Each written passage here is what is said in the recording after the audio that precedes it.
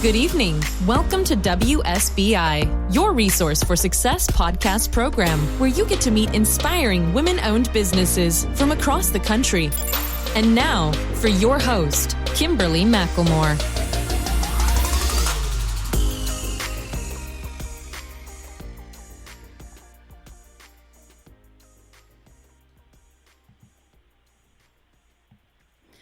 All right. Good evening and welcome to WSBI, your resource for success podcast program, where you get to meet inspiring entrepreneurs and women-owned businesses from across the country. I am your host, Kimberly McLemore, President and CEO of the Women's Small Business Initiative, LLC, and award-winning author. And welcome to another night of sharing. With us, we have special guest, Dr. Elizabeth Clamon, the Clamon Group. Straight from the backwoods of the bayous of Louisiana, Dr. Elizabeth Clamon is an avid motorcycle riding grandma of 6 and a serial entrepreneur with a servant's heart.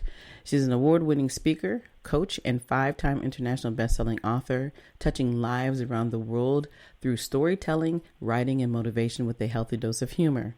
She teaches passionately about speaking, business, storytelling, and marriage, having experienced a traumatic, abusive childhood, chronic illnesses, and severe pain caused by multiple auto accidents, including one that left her disabled and bedridden for 12 years.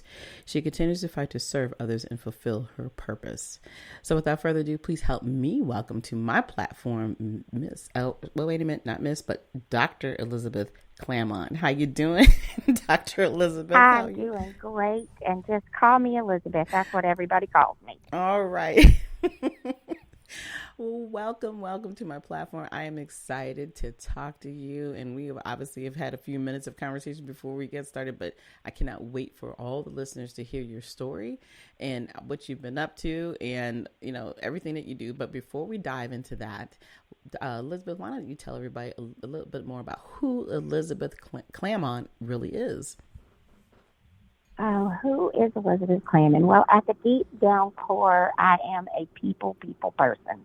I love people. I love meeting people.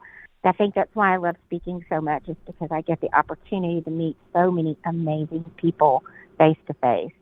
So if I had to use one word to describe or it would be 2 words, extreme extrovert would be my word. That's at the core, that's what I am. And that's a good one. I like that. I've never heard anybody call themselves an extreme extrovert, because most of people are kind of the in-between, not really sure what they are until they feel comfortable, talking with people. But I can agree that since we've been talking in the last 5 or 10 minutes before we even got started, that definitely an extrovert. And for me, I'm kind of the opposite, where I'm an introvert at first, and then I'm like, you know what? I can feel I can get along with this person. Then I bring out the extra part of me. So.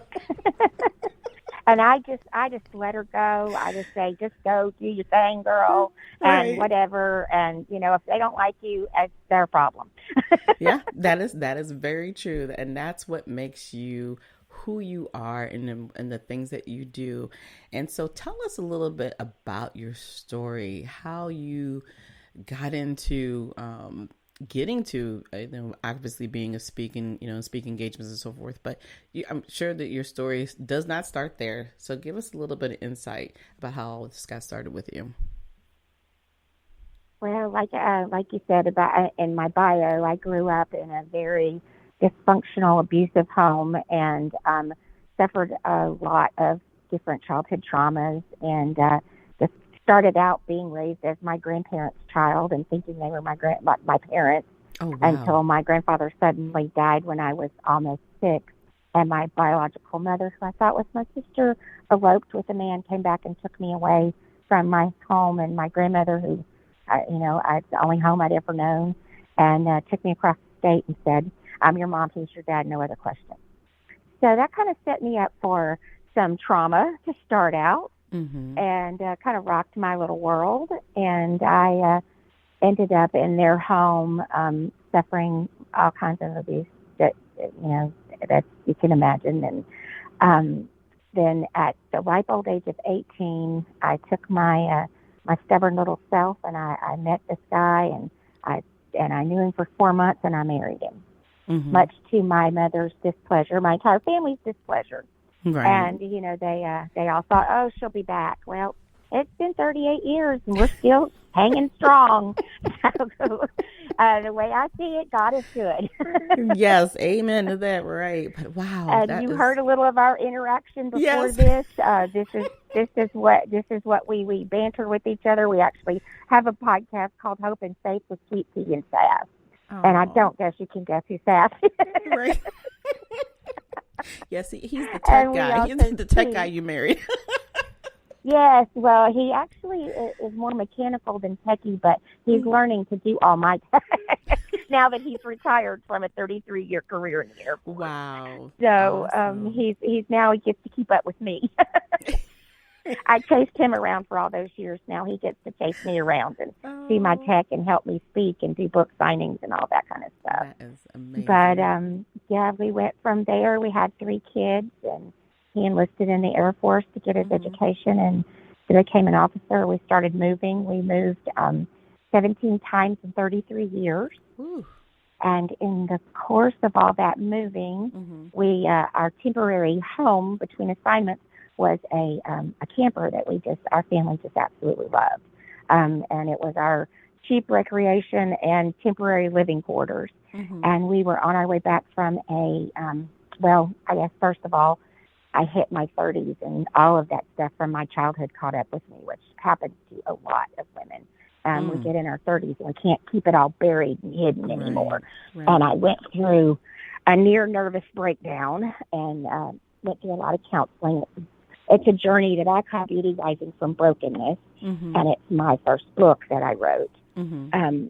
That I tell about that journey through childhood trauma and chronic illness and how I healed. So it's a combination of self-help and a memoir, because having my naturopathic degree, I walked through healing physically, mentally, emotionally, and spiritually as a holistic way of healing, and not just going to the doctor and then giving me pills and saying, here, this will help.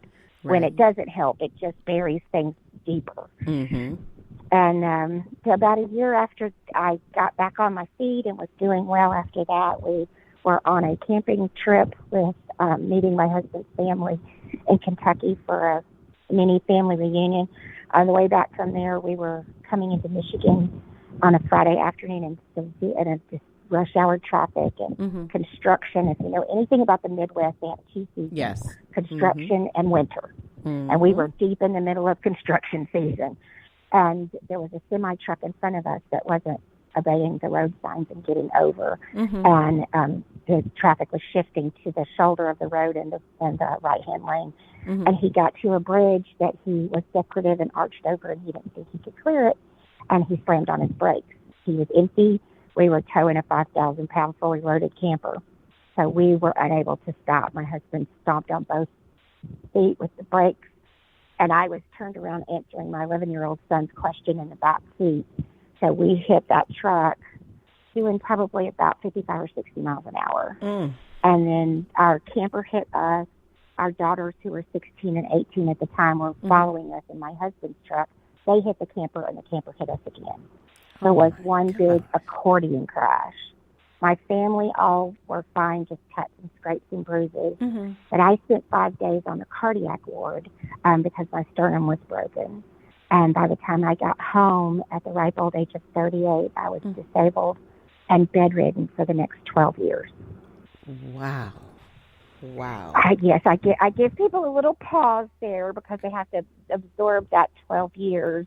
It was a long, hard journey coming back from being wheelchair bound. I had damage to my back that damaged the nerves and damage to both my knees and the broken sternum, of course, damage to my neck as well. And through a lot of physical therapy, multiple surgeries. And that was in 2005. In 2016, I had my 7th or 8th surgery, and I was going into shock. They could not control my pain. And my teeth were chattering, sweating, and shivering, and I just had this moment of clarity, and I just looked at my husband and I said, I'm done. I'm not doing it their way anymore. I have this degree. I know what to do naturally. I'm not doing it their way anymore. And I went home, and I set out to devise a plan to get off of all that medication. Right. And I just started praying about it and felt like I was supposed to cut those pills in half and take a half less pill every day for a month and then cut down another half. And I did that, and I started getting out of the bed if it was 5 minutes in the chair or 3 minutes of standing, and just worked my way back to 2017 when I was back on my feet and able to start pursuing my passion, which is speaking and writing and helping other women tell their story. Exactly. So that it frees them and also gives another woman courage to tell her story. Yes. So my mission now is to not let another woman leave this planet without sharing her story, even if it's just for her family. Right. There are so many women in my family, so many women that I've known that had such an influence on me that I wish I knew their story. And I know little pieces of it, but I want to know their story. Right. So I love stories. I love storytelling, and so that's what I love to do is get these women I love to draw out their story and help them tell their story and heal any traumas that might be there, and also to give them the power and the courage to stand up and tell their story. Right. But, I'm sitting here, I'm listening to you, but there's two things that really stand out to me the most right now. And first of all, you went through enough trauma and tragedy as a child, got through all of that, you were doing great, and then instantly you were right back into more trauma. Like I said, at the ripe old age of 38 years old, you were really I was, in my mind, still a baby. You were still, you're a grown woman, but yet still in my prime. In your prime, right? And I'm just sitting here like, I said it's bad enough to have to deal with what you had already previously went through, being taken away from your grandmother and your grandparents after your grandfather's death, and dealing with a mother who really couldn't care 2 cents about who you were. It was all about her. And then you get through all of that, you meet the love of your life, which, at 18, most people don't even get that opportunity. And, you're moving on with your life in the way that you want it to. And then, boom, something else happens. And then now it's like restarting over, having to learn to walk, having to learn to talk, having to learn to have your life back fully. And then here you are. And now you're living your dream. And 2017 wasn't that far ago. When you sit here and think about that wasn't that many years ago. And here we are in 2023, and your purpose and goal in life is to have every woman on this planet tell their story. You are a woman of my heart, because that is exactly my thought process and how this is so important. This is the reason why I do this show. This is the reason why it's important to share our resources and tell our story, because people automatically assume that when they hear the name Dr. Elizabeth Clamon, that they believe that your life has been perfect, because all they can see is what happened today, right? And it's so important for people to understand the journey and what we all go through in our journey. And what the thing that I have found with most individuals, and especially too with women, is that we always put everybody else first, and then we eventually come to ourselves, and then we think we may want to tell our story, and not understanding that your story and your journey is who makes you who you are. And that's the reason why it's so important to communicate. So you say you love, talking to people and being able to write their stories. Tell more about some of the other stories and how you get into the writing piece. Now, do you take the writing of other people and put those stories in their books, or is it just the stories that you have learned from other people? Well, I do several different things. I let them tell their story, and a lot of people, and I did this myself when I wanted to write Beauty Rising from Brokenness. I tried to write it a few times, and it came out angry or bitter, or it wasn't a message I wanted to put out in the world, because that's not who I am. And finally, when it was time, I sat down and wrote it. And then I had to go back and revise and edit and all this. And a lot of people don't want to do that. And that was very daunting for me. So some people will like to sit with their camera on their computer and just record their story. Right. Or take a voice app on the phone and record their story, and then we transcribe it. And then once we have the transcription, then we work on crafting it and to use it for whatever purpose they want to use it for. If they want to just have it as to tell for their family, to have their legacy and their history, that, we leave it in that form on the video or the audio, and we put it in a safe place for them to share. But if they want to tell their story in a book, I've self-published all of my own books, so I can help them write it and do the crafting of the writing and the editorial things. I have the connections of the marketers for books and the publishers and all those kind of things that I've used. I also do anthology books. So I invite them to share part of their story in a chapter in an anthology as well. I also do virtual summits, and I'm getting ready to do a live event beginning of next year, and I invite them to come on the stage and tell their story if that's something they want to do. It's entirely up to them. And like I had one lady that joined me. She got in contact, heard with me. You know how social media works. Well, I was just talking to this lady, and she said, "No, I'm not the person you need. You need to talk to Elizabeth," and referred her to me. And we talked, and she wanted to write her own book, but she wasn't ready. I know, and it was daunting for me too, because I kept thinking a whole book. Cause I'm thinking War and Peace. I don't want to write a whole book. It's not what I want to do. It doesn't have to be War and Peace. Right. And so I had an anthology we were working on right then called Fiercely Faithful. And we were walking through stories of God's faithfulness through difficulties, which seems to be my expertise. And so she said, I think I would like to write the story in the book. She whipped out that chapter so fast, and it was so amazing. She launched from there and wrote and published her book within 6 months, and is now speaking at women's retreats and conferences with her book. And it has been amazing.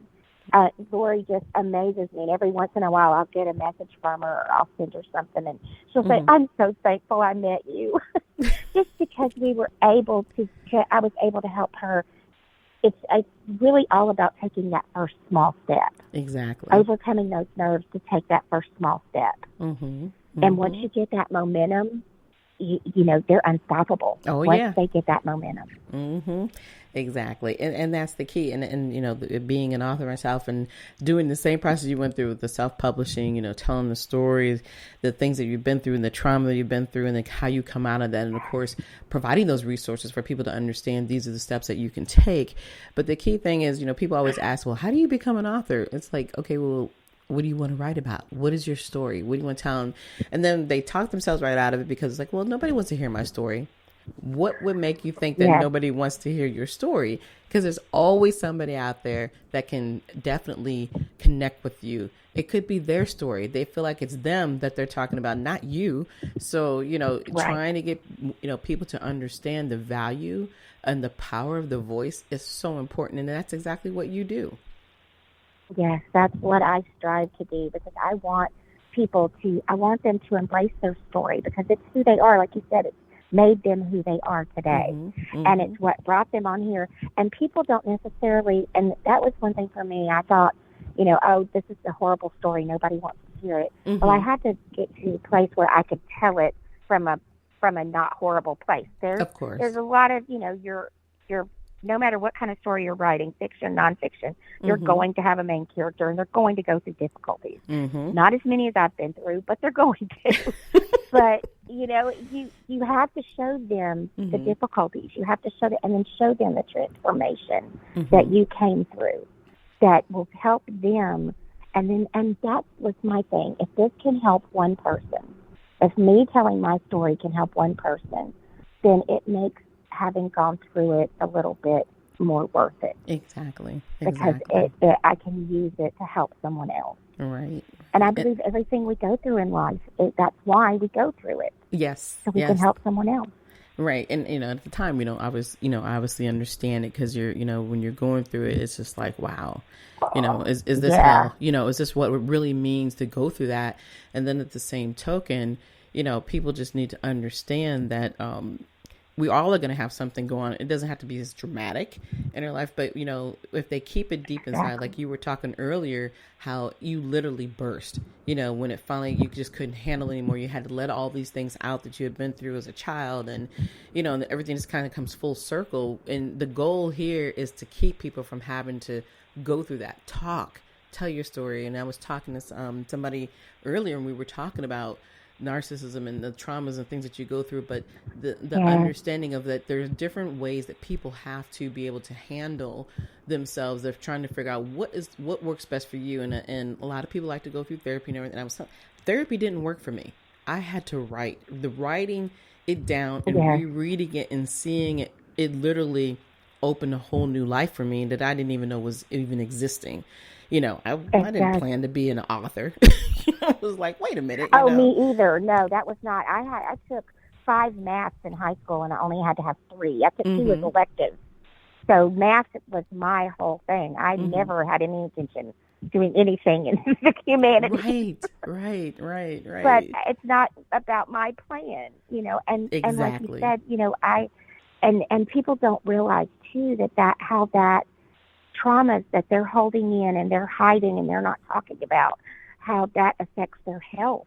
And it can cause chronic illnesses. It can cause autoimmune illnesses, obesity, migraines, everything. That's from your body is holding in all that toxic stress, and it makes your whole body toxic. And you have to be able to go to process it.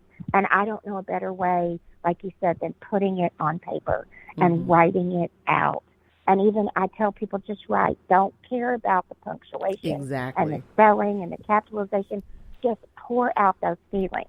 And if we want to do more with it, we can fix that. There are amazing editors out there that fix all that stuff. Right, that's their job, right? Programs on the computer that help with that stuff, because I can't spell to save my life.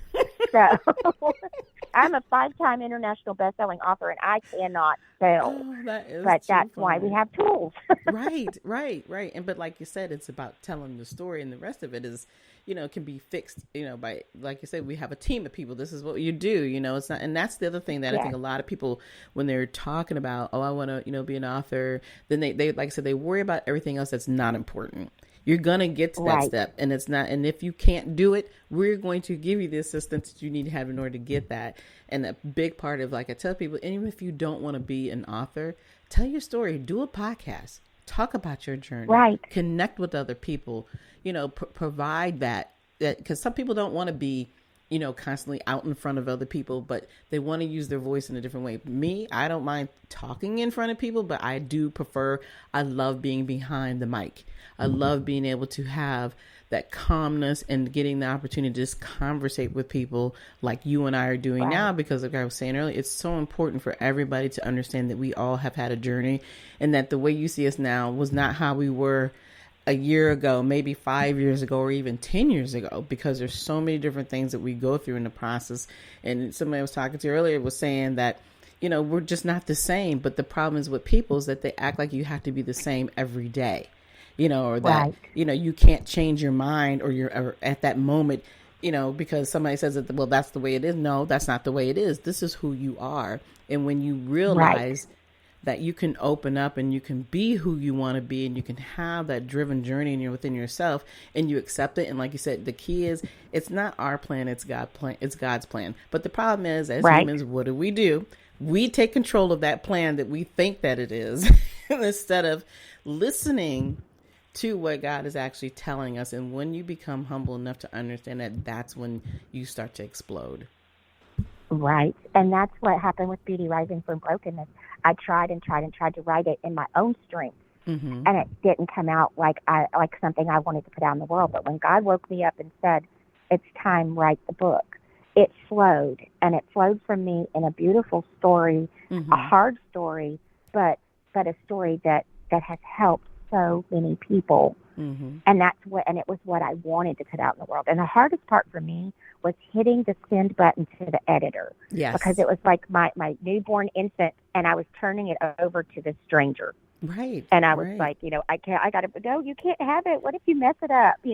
And that once I hit that button, then it was okay. And I told that story from stage, I don't know how many times, but it was putting it in that book form and sending it to the editor and giving him permission to make changes, which he doesn't make changes. He just suggests changes for me to make. Right, but exactly. Still, you feel like, it's like giving that firstborn child away. No, you can't have it. I worked really hard to get it. Exactly.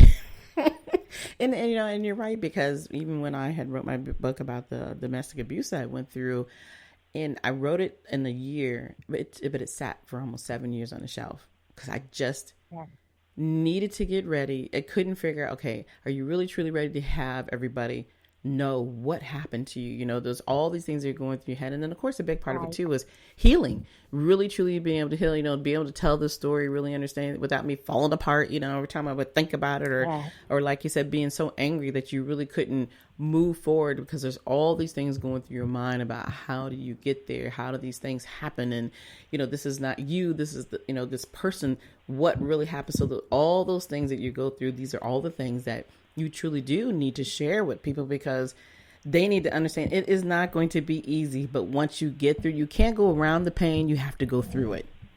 Yes, the only way out is through. I tell people that all the time. Mm-hmm. And I tell people when I work with people with their stories, like talking about my mom and my stepdad and the people in my life at that time who hurting people hurt people. They were hurt in their lives, and they didn't know how to process it. Right. And they turned it into narcissism, and they lash out and they hurt other people. Hurting people hurt people, but healed people help people heal. Amen. Yep.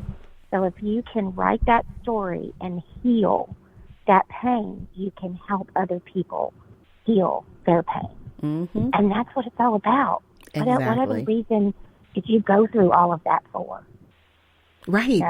Exactly. If you don't use it to help somebody else, what was the point in persevering through it? Exactly. And that's the thing too, because when they start to, hear the story, or especially if it's people who know you or knew of you or other people, they put this opinionated attitude in and like, well, why would you tell all your business like that? That's just, it's like, oh, you're putting your crap, on the street. And it's like, no, if you truly understand and read the story and understand that there's a purpose behind everything, because there are so many people who are, they are you, like I was saying, somebody has gone through something in their life, and there's going to be that person who's going to be able to connect with you. So being able to give them that healing process, and that's usually the key that most people are missing, is how do you heal? Right. And so when they, like I said, bundle it up inside, they don't know what to do. They end up being more traumatized, or they're lashing out in ways. And in the world we live in today, there's so much lashing out.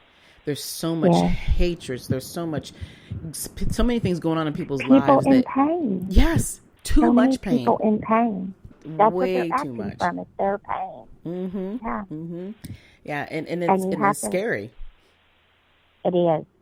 It is, because it's getting much worse. Mm-hmm. And I think that the fact that everybody went in and stayed stuck in COVID and couldn't get out and didn't communicate, and a lot of people have stayed that way to a great extent. Mm-hmm, mm-hmm. And I know so many things have gone virtual. So many things, events that I was speaking at live before are virtual now. Mm-hmm. And that's not necessarily a bad thing, because we reach a lot of people, but it's not a good thing to do instead of, because we need to connect with other people on a human level. Mm-hmm. We need that connection, not just virtually.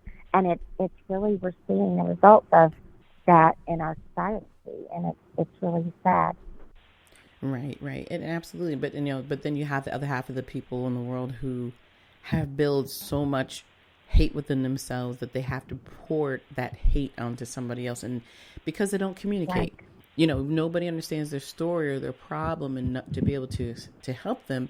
And a big part of it, obviously, is, there's a lot of mental illness. And I can say in my communities, and our Black communities, that is a huge issue that people don't think exists in our communities. And so we hurt each other in different ways because we don't know how to communicate, because it's always looked down as, oh, well, you don't have a problem. I'm like, oh, okay, well, what would make you think that? That we don't have mental illness. well, what I went through. You didn't go through what I went through. What makes you think Right. you have the right to Right. feel this way? And it's like, no, my journey's been different, but that doesn't mean it's been less than. Exactly. And that's how anybody is. Their journey has not been less than. Just because you haven't suffered what I've suffered, thank God you have not. Amen. Exactly. But Yes. it doesn't disqualify what you've been through and the experience and the knowledge that you've gained from it that needs to be shared with the world. Exactly. And that is the key, is that, stop downplaying what people do or what they say just because it hasn't happened to you. And that is the conversation that people constantly need to have, because, it's one thing to hear the story, excuse me, but it's another thing to beat me up on top of my head just because you don't agree that, this is how you should have handled it, or this is way. Because I, even after coming through, domestic abuse, the number one question is, well, why didn't you leave? Why did you let that person do it to you? Well, you don't even know the story. And what makes you think that I had to leave? Why, this is my home, so it's, people are constantly always inflicting their own thought process into something because they don't understand. And then when they start to listen and learn, you really start to truly find out who they are, and then realize that they've gone through some of the same traumas that you have, but because they haven't been able to communicate about it properly or have allowed themselves to open up, they have a tendency to, lash back at you in ways that you don't even understand, because all you're trying to do is heal and help and understand. But communication is the key to everything. It really is. It is, and it's the key to freedom. That's what I tell women. Your story is your key to freedom. Once you're able to tell that story, and I get this all the time with my ladies in my Take the Stage with Confidence class. Well, what if I start crying on stage? So what? Right. You're human. It's emotions. They don't want AI doing the speech. They want you. They want a human. So stand up there and be human, be real. Right. If you start crying, say, I'm human. Right. It's still emotional. Exactly. And you get to a point where you don't, I will tear up sometimes, but I don't break down and cry. But I have. And that's okay. Right. And the way I get around it is I try to make a joke, obviously. I try to turn something humorous that shifts my audience's mindset from that down place, and mine as well. Right, exactly. And that's the key. Like I said, it is just one of those things where people need to understand what is going on and why, that they're in the situation that they're in. So, it's just, it's life. But like I said, the sharing part and being able to open and giving you what you need, that is the most important thing. So, Exactly. Oh my goodness, we could keep talking and talking about this all day, because you have been so phenomenal on the show. But before you go, talk a little bit more about the program. I think you said you were doing some podcasts, and if you have some of the other things you may have coming out that you want to share with everybody, please do so. Yes, I actually, my husband and I do a podcast. We're marriage coaches. So we feel like we've been through a few things, so we can kind of help some people if they need to have some strengthening of their relationship. And that you can find us at the Clamon group is our website. You can find that there. We also have our podcast, Faith and Hope with Sweet Tea and Sad, and that's on all the podcast channels as well. And it's also on YouTube. And you can find everything under my name, Elizabeth Clamon, Clamon. It's either under Dr. Elizabeth Clamon or Elizabeth Clamon. And you can find everything you ever wanted to know about me and things you don't want to know about me. I'm doing a series of master classes right now based around storytelling, whether you want to gain the confidence to speak from stage, or you want to tell your story in a book, or if you want to have a podcast. However you want to put your story out there. So I'll have those events on Facebook. So you can look up those events under my name as well. And I have a new coaching program starting, Take the Stage with Confidence. And that'll be starting in a couple of weeks. And we run for 9 weeks at a time. And lots of things coming up. I've got my own show starting on the Win-Win Women's Network called Courageous Voices, Dr. Elizabeth Clamon, where I'm going to have women come on and tell their story. And we're going to just do a 30-minute talk about their story. And then we have 30 minutes of live Q&A with our audience. And those will also be put on YouTube and all the podcast channels as well. So that's what I have coming up. And you can keep up with me under ElizabethClamon.com. All right. Well, you are definitely a busy lady. I was down for 12 years. I got stuff to make up. Right. You sure did. There you go. I agree with you 100% on that. That definitely makes sense. But I got stuff to do. Places to go, people to meet. Exactly. Well, y'all heard her. Okay. She has stuff to do. So be supportive. That's the key. Get out there and listen and learn and let yourself just explode, get your voice out there. And, I said, I just love, having this opportunity to talk with you. Everything that you're doing is things that I have been doing for years as well. And so it's so great to be able to hear, your processes and how you deal with the women and how they're moving forward. And, and again, everything that you've gone through, it's a journey that nobody ever wants to go through. But if we didn't have people like you, we would not be able to help others, fulfill their journey in life. So we are so thankful. Exactly. So thankful for you, so Thank definitely. You. And I tell women all the time, it's your story, but it's God's glory. Mm-hmm. So you step up there and tell your story so he gets the glory for the transformation. Exactly. Wow. Well, all right. Well, Elizabeth, it has been a pleasure having you on my platform today. And I'm so excited that the listeners of Like I said are going to learn something from this. And if they need help, we're going to make sure that they get all the help they can get. And they just want to talk to somebody, we're going to make sure all the show notes are there.